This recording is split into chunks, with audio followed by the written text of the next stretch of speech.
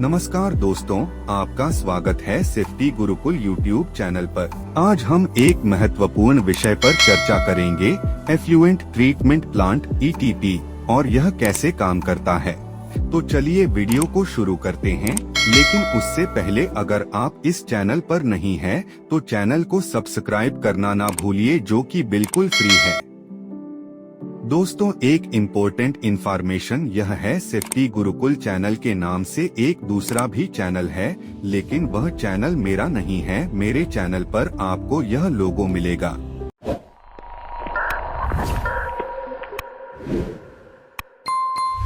Effluent treatment plant, जिसे water treatment plant भी कहा जाता है, जिसका उद्देश्य अशुद्ध जल को शुद्ध करना है। विभिन्न उद्योगों और पावर प्लांट्स में बड़े पैमाने पर पानी का उपयोग किया जाता है और उपयोग के बाद यह अपशिष्ट जल के रूप में बाहर निकलता है, जिसमें कई तरह की अशुद्धियां होती हैं। इस जल को फ्लुएंट वाटर कहा जाता है। यदि इसे बिना ट्रीटमेंट के सीधे किसी नदी या समुद्र में छोड़ दिया जाए, तो यह जलीय जीवन पर नकारात्मक प्रभाव डाल सकता है। इसीलिए इस अपशिष्ट जल को नदियों या अन्य जल स्रोतों में छोड़ने से पहले ट्रीट किया जाता है। इस प्रक्रिया में अशुद्धियों को हटाया जाता है, जिससे पानी शुद्ध होकर जलीय जीवन को प्रभावित किए बिना प्राकृतिक जल स्रोतों में मिल सके। इस तरह एफ्लुएंट ट्रीटमेंट प्लांट पर्यावरण की रक्षा में महत्वपूर्ण भूमिका निभाता है। इस सरल डायग्राम की मदद से हम समझेंगे कि फ्लुएंट ट्रीटमेंट प्लांट कैसे कार्य करता है। जब किसी उद्योग से अपशिष्ट जल बाहर निकलता है, तो सबसे पहले इसे बार स्क्रीन से गुजारा जाता है। बार स्क्रीन एक जालीदार संरचना होती है, जो आमतौर पर धातु से बनी होती है और एक निश्चित आकार में डिजाइन की जाती है। उदाहरण के लिए, यदि इसका मानक आकार 50 मिलीमीटर है, तो पानी में मौजूद कोई भी कण जो 50 मिलीमीटर से बड़ा होगा, जैसे प्लास्टिक की बोतलें, गेंद, बेयरिंग्स, पत्थर आदि, यह स्क्रीन इन्हें छानकर अलग कर देती है। इसके बाद फिल्टर हुआ अपशिष्ट जल ग्रिट चेंबर में प्रवेश करता है। ग्रिट का अर्थ होता है छोटे पत्थर और रेत के कण। इस चेंबर में उन भारी कणों को अलग किया जाता है जिनका आकार 50 मिलीमीटर से कम होता है। ये भारी कण ग्रिट चेंबर के तल में जम जाते हैं, जबकि बाकी पानी ऊपर बना रहता है। इस चरण में भारी कणों को हटा लिया जाता है। अगले चरण में शेष जल को ऑयल एंड ग्रीस ट्रैप में ले जाया जाता है। यह एक महत्वपूर्ण सेक्शन होता है, जहां जल में मौजूद तेल और चिकनाई को अलग किया जाता है। चूंकि इन पदार्थों की घनत्व कम होती है, वे पानी की सतह पर आ जाते हैं, जबकि बाकी पानी नीचे बना रहता है। इस चेंबर में मौजूद मैकेनिकल विधियों का उपयोग करके सतह पर मौजूद तेल और चिकनाई को अलग किया जाता है, जिससे शुद्ध जल आगे की प्रक्रिया के लिए तैयार होता है। इसके बाद तेल और चिकनाई से मुक्त जल को इक्विलाइजेशन चेंबर में भेजा जाता है। इस चेंबर का उद्देश्य विभिन्न स्रोतों से आए अपशिष्ट जल की विशेषताओं को संतुलित करना है। चूंकि अलग अलग उद्योगों से निकलने वाले जल का तापमान, पीएच स्तर और अन्य गुण अलग अलग होते हैं, इस चरण में ब्लोअर की मदद से हवा की आपूर्ति की जाती है, जिससे जल के तापमान और अन्य रासायनिक विशेषताएं समान हो जाती हैं। यह चेंबर जल को स्थिर करने के साथ साथ इसे अस्थायी रूप से संग्रहित भी करता है। अंत में आवश्यक जल को न्यूट्रलाइजेशन टैंक में ले जाया जाता है। यहाँ जल के पीएच स्तर की जांच की जाती है और यदि यह बहुत अधिक या बहुत कम हो, तो इसे संतुलित किया जाता है। आमतौर पर जल का पीएच स्तर 7 से 7.5 तक बनाए रखा जाता है, ताकि इसे सुरक्षित रूप से आगे के उपचार चरणों में भेजा जा सके। यही कारण है कि इस टैंक को न्यूट्रलाइजेशन टैंक कहा जाता है। इसके बाद पानी को कोगुलेशन टैंक में ले जाया जाता है, जहां इसमें मौजूद अशुद्धियों को हटाने के लिए पॉली एल्यूमिनियम क्लोराइड मिलाया जाता है, जो सकारात्मक चार्ज रखता है।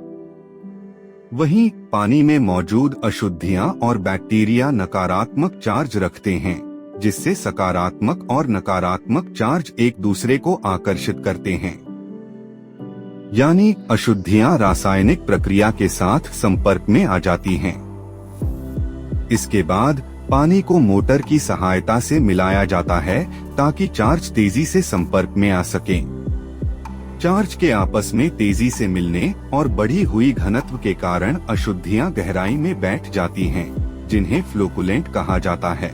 इस प्रक्रिया के दौरान निलंबित कण जैसे रेत आदि नीचे बैठ जाते हैं, जिसे प्राथमिक स्लज प्राइमरी स्लज कहा जाता है।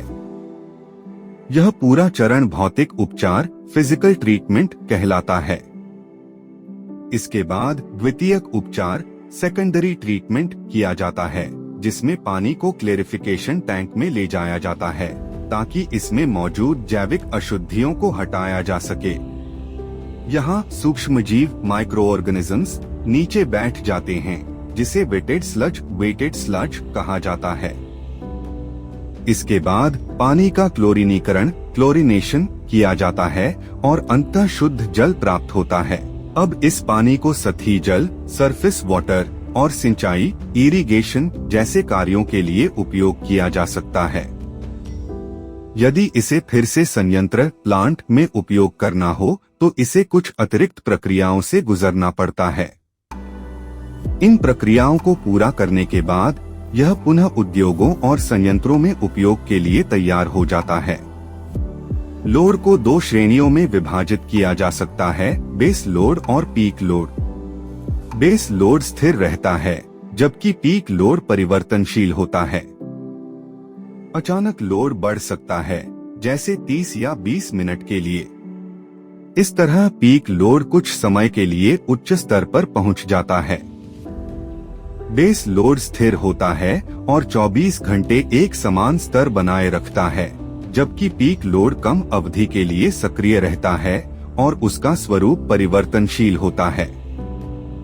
बेस लोड और पीक लोड को प्रभावी रूप से पूरा करने के लिए सबसे उपयुक्त तरीका इंटरकनेक्टेड सिस्टम है, जिसमें विभिन्न स्टेशनों को जोड़ा जाता है।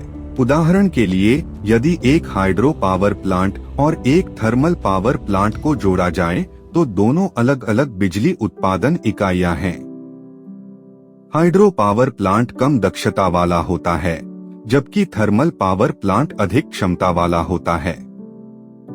इसलिए हाइड्रो पावर प्लांट का उपयोग पीक लोड को पूरा करने के लिए किया जाएगा और थर्मल पावर प्लांट का उपयोग बेस लोड को पूरा करने के लिए किया जाएगा। चूंकि बेस लोड की आवश्यकता 24 घंटे रहती है, इसलिए अधिक क्षमता वाले पावर प्लांट का उपयोग बेहतर होता है। अब इस प्रकार के सिस्टम को डिजाइन करने के लाभ को समझते हैं। यदि कोई एक ही स्टेशन बेस लोड और पीक लोड दोनों को पूरा करता है तो इसे मेगावाट और घंटों के संदर्भ में देखा जाता है। इस स्थिति में एक ही पावर प्लांट दोनों लोड को पूरा कर रहा होता है। लेकिन यदि हम इसकी तुलना एक ऐसे सिस्टम से करें जहां बेस लोड को थर्मल पावर प्लांट और पीक लोड को हाइड्रो पावर प्लांट पूरा करता है, तो दो बिजली उत्पादन इकाइयां अलग अलग लोड आवश्यकताओं को पूरा कर सकती हैं। यदि एक ही स्टेशन से दोनों लोड पूरे करने हैं, तो प्लांट क्षमता को उच्चतम मांग के अनुरूप रखना होगा। ऐसा करने से सिस्टम अत्यधिक अंडर यूटिलाइजेशन में काम करेगा, जिससे प्रति यूनिट उत्पादन लागत बहुत अधिक हो जाएगी। इस तरह बिजली उत्पादन प्रणाली को प्रभावी ढंग से डिजाइन करने से ऊर्जा संतुलन और लागत नियंत्रण सुनिश्चित किया जा सकता है। तो आज की वीडियो में इतना ही। चैनल को सब्सक्राइब, वीडियो को लाइक, शेयर और कमेंट करना ना भूलिए।